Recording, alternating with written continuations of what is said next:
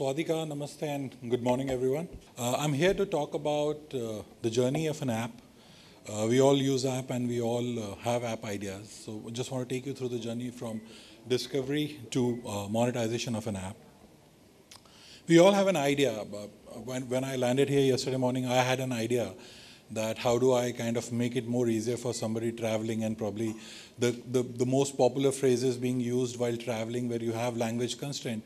I can have an app like that, but then I realized there is already Google Translate. You keep on getting ideas during different part of the days.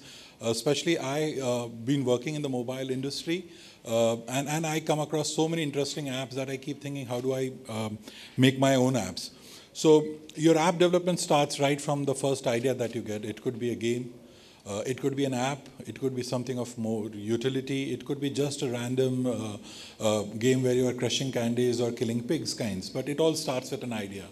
Once you get your app idea, that's where your app development process starts, and there are quite a few steps you take into it.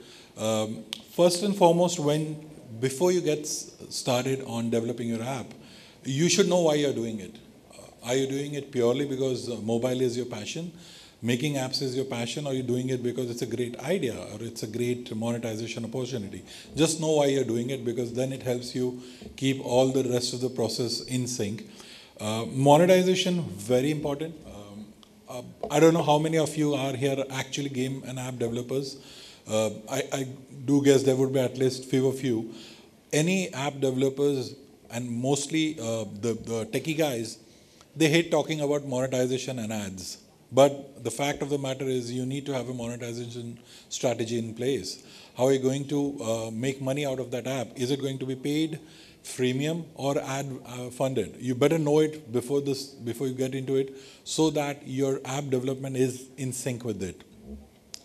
The kind of design, the kind of development tools you want to use it, those all, there are multiple options available, whether you want to use Unity, you want to use Cocos, whether you want to just use any online platform, you want to go ahead, make a native app, you want to make a HTML5 app, you should have a clarity there. This also keeps changing and also depends on the kind of idea you have. If it's a light app, you can actually go and have an HTML5 or what kind of rich gaming and other effects that you want to have in the app. That's something very critical there. Marketing, you should know, because once you're making an app, you want people to use it. You should also consider this fact that there are going to be challenges in promoting the app. So while designing your app, you should also consider and put those hooks into your app that allow you to promote it, that allow you to get better reviews for it, and all of that help in your marketing. And lastly, while you are making an app, you also are looking at people to come back and keep using it.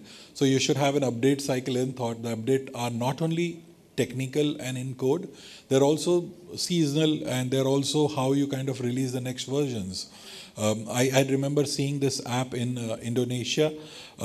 It's a gaming, it's this word game app, and every 3 months they would release an update into it, which is based with the local season, so or any festival. So during Ramadan, Eid, they would have a more religious theme games coming into it.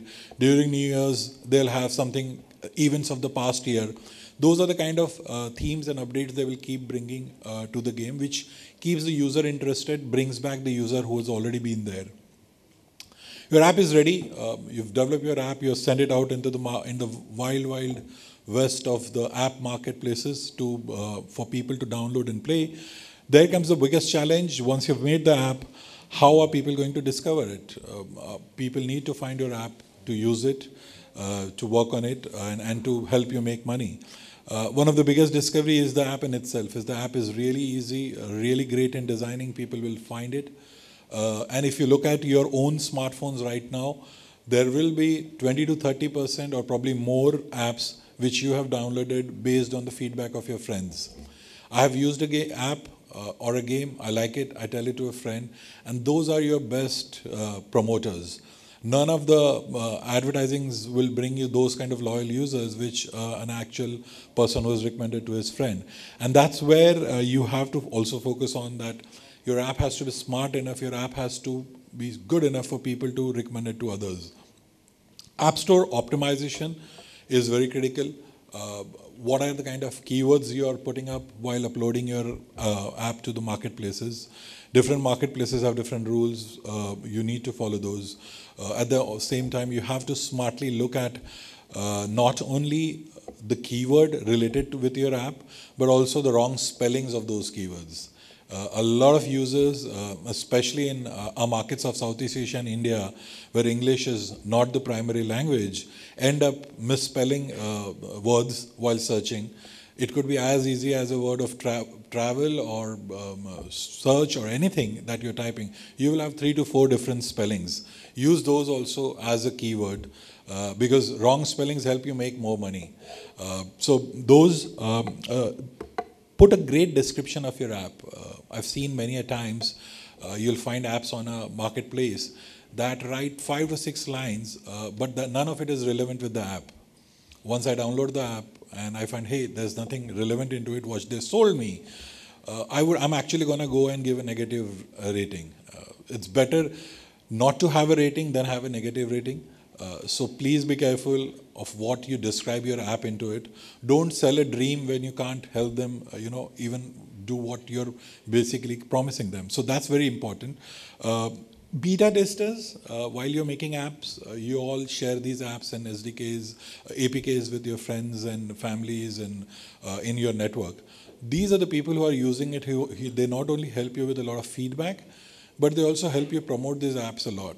If I have used an app and shared an idea of an app with someone, I'm going to go and talk and promote that app as it's my own, because I find my own contribution there. So these are very important set of people you should reach out to. And finally, the social network. The big bad world of social network is here, and it really helps you promote your apps, be it Facebook, Twitter, Instagram. All of them are being smartly used to promote your own apps. And then let your app go viral. Let it play on its own. Include smart things like how users can share this app. If your app is a picture app, or you obviously use social sharing there, where people can go ahead, share the pictures on social media. If it's a game, how do I let people know about my leaderboard that I have killed all the pigs? I want to tell that to my friends, and I want to let them know.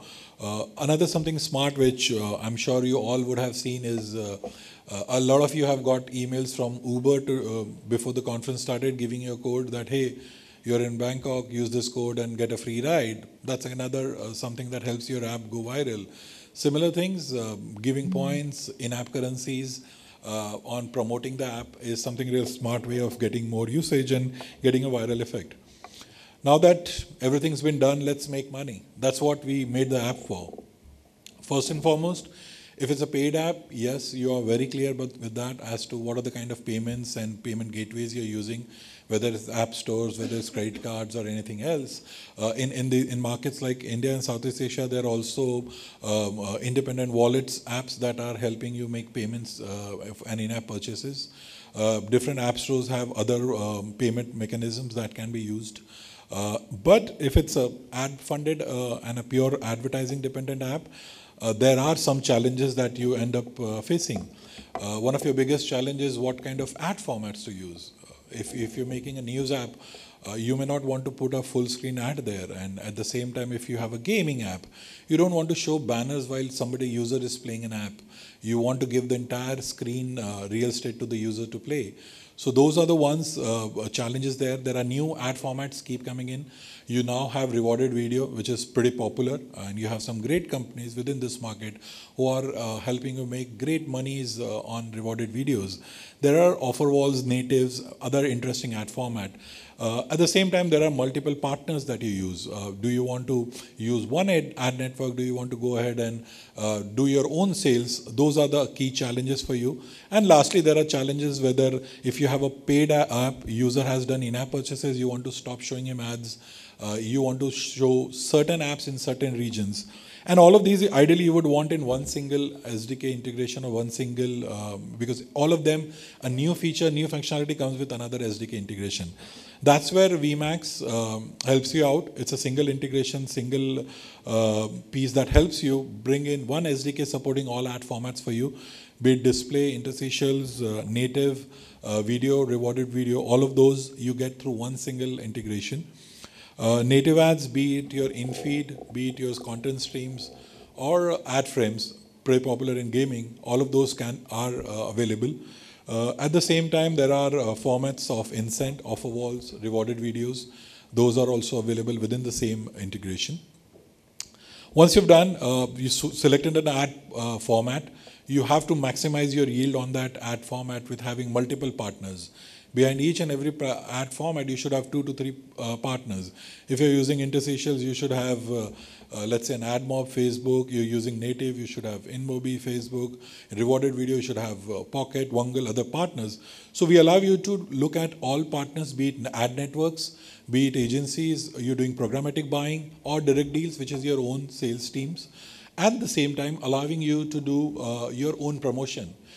Your free in-house ads are there. All of those run through one single platform and allows you all of it in a control and customization over it, where you can decide what's the split you want to give to 2 partners on it, who's getting priority over which ad format in which region.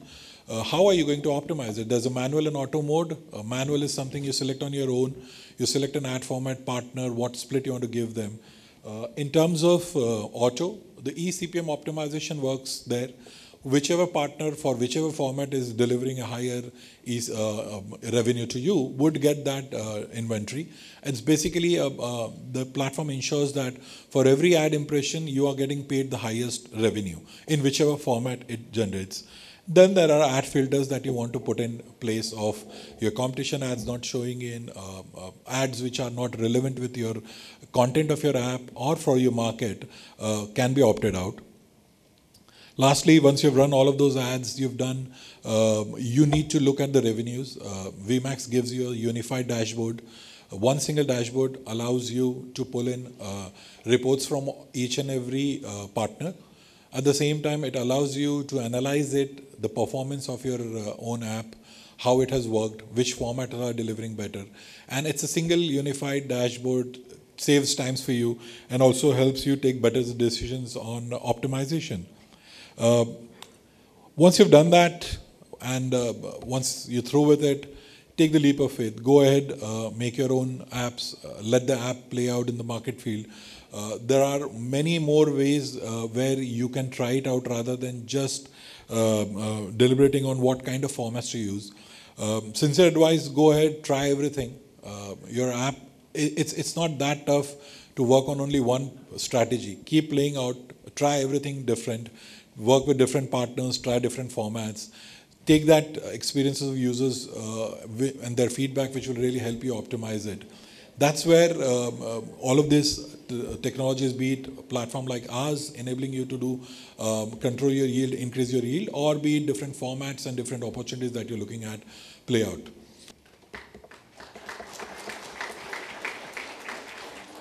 Thank you, Mr. Prashant, for Vice President and Head of Business at VMAX, for taking us on that journey of an app's discovery all the way to its monetization. And I would now like to invite to the stage Mrs. Purnima Venkatesh to present the token of appreciation.